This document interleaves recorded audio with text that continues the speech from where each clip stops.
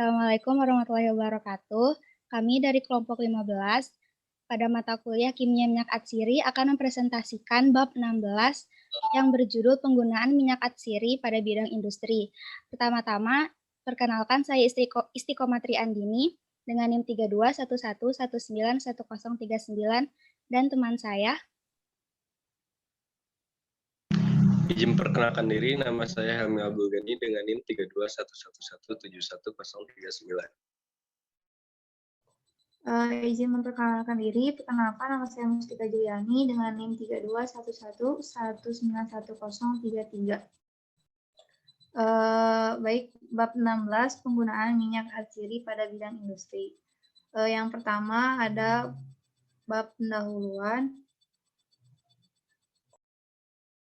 Pada minyak atsiri ini, periode pertama kali digunakannya itu sulit diidentifikasi.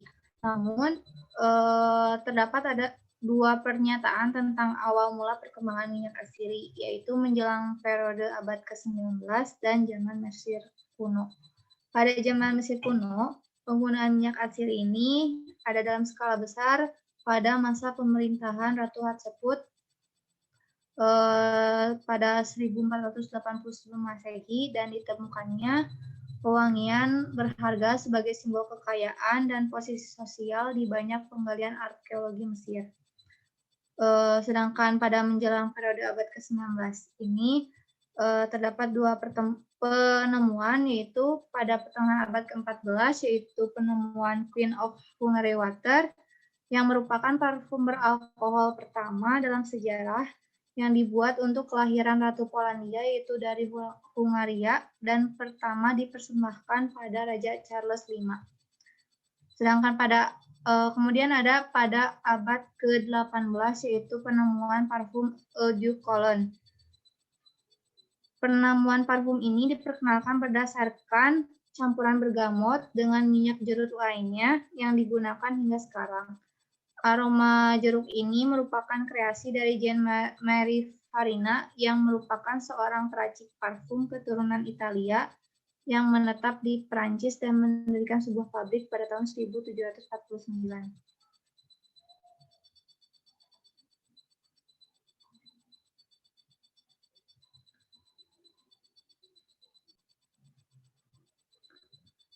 Kemudian selanjutnya ada sejarah dari produksi minyak atsiri dimulai pada 3500 sebelum Masehi saat peralatan penyulingan tertua yang diketahui untuk minyak atsiri dapat digunakan dan dilihat di Museum Tekstil Pakistan.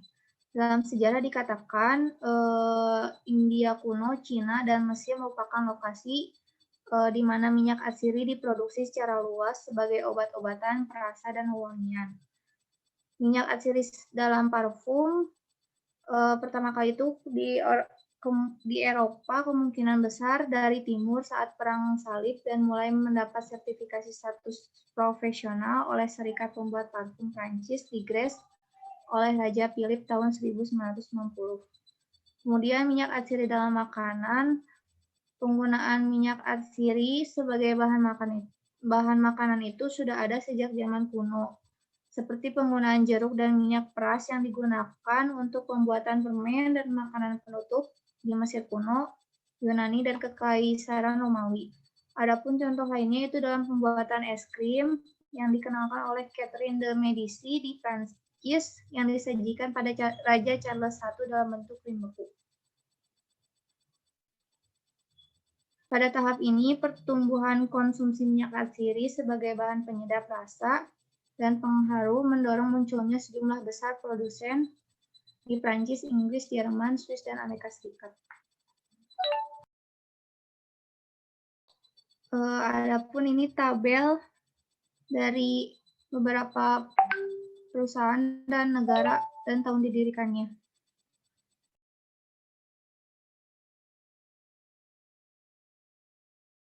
Kemudian wewangian, perluasan industri minyak atsiri dan meningkatnya permintaan produk disebabkan oleh meningkatnya perkembangan industri makanan, sabun, dan kosmetik yang merupakan pengguna utama wewangian dan perasa, membentuk beberapa industri serta produk yang terbentuk pada masa tersebut. Ada perusahaan Colgate-Palmolive pada tahun 1953, perusahaan P&G oleh William Procter dan James Campbell pada tahun 1873, konsep sabun Sunlight oleh William Haskett Lever pada tahun 1890, dan perusahaan L'Oreal oleh Eugene Squeller pada tahun 1907.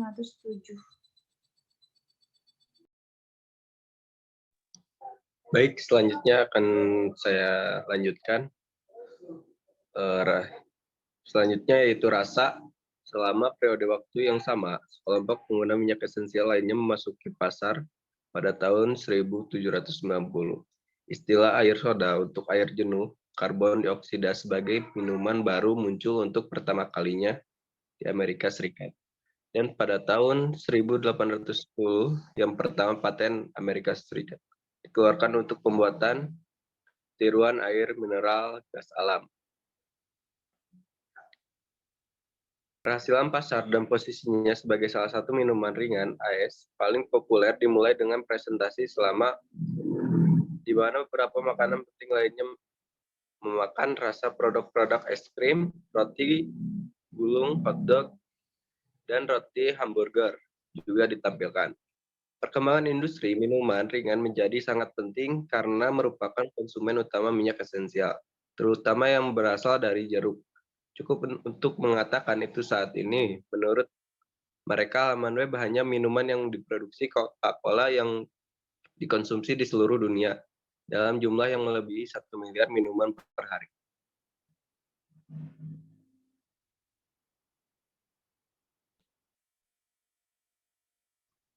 Produksi dan konsumsi.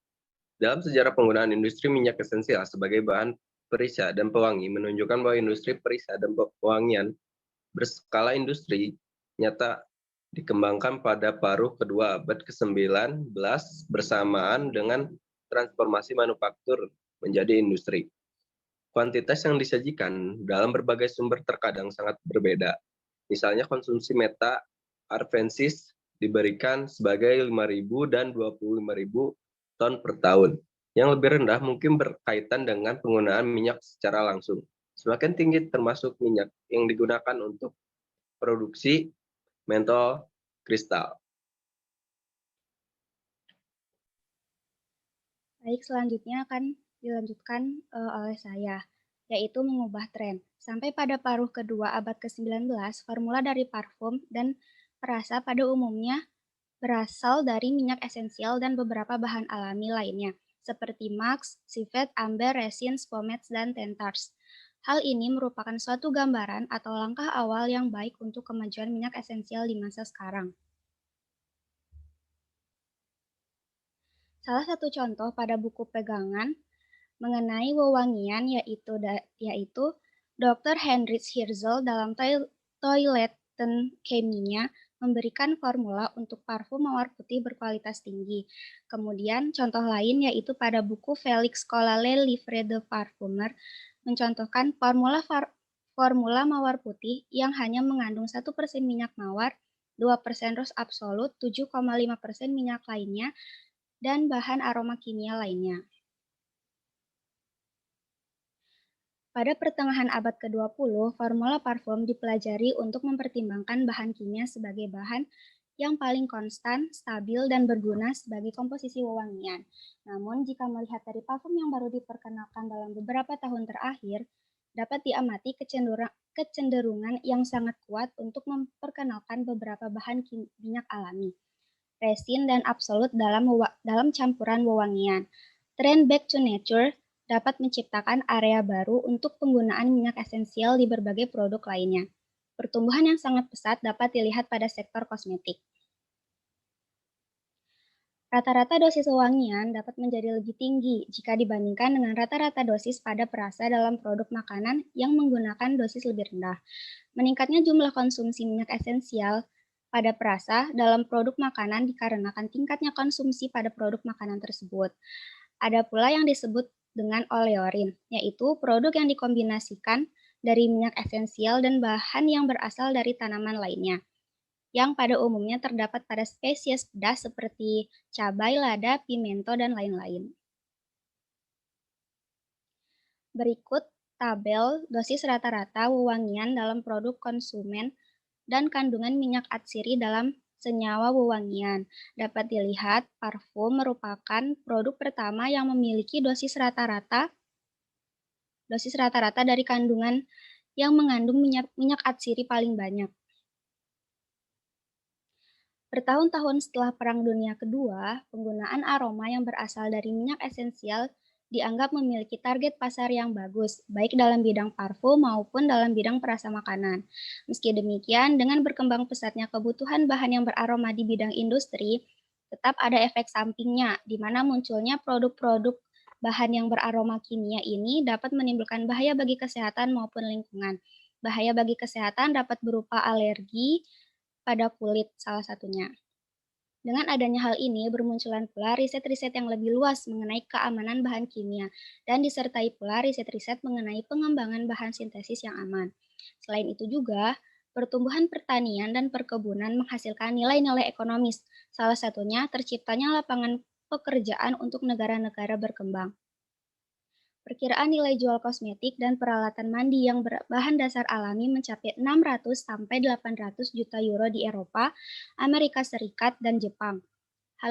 Hal tersebut juga akan terus meningkat sejalan dengan konsumsi makanan dengan bahan organik. Kesimpulannya, dari informasi-informasi di atas dapat disimpulkan bahwa industri minyak atsiri di masa yang akan datang atau mungkin sudah mulai saat ini memiliki target pasar yang baik dan dapat dikatakan cukup menjanjikan baik secara lokal maupun mendunia, baik dalam bidang wewangian, kosmetik, perasa makanan, maupun obat-obatan. Sekian presentasi dari kami yaitu bab 16 yang berjudul Penggunaan Minyak Atsiri pada Bidang Industri.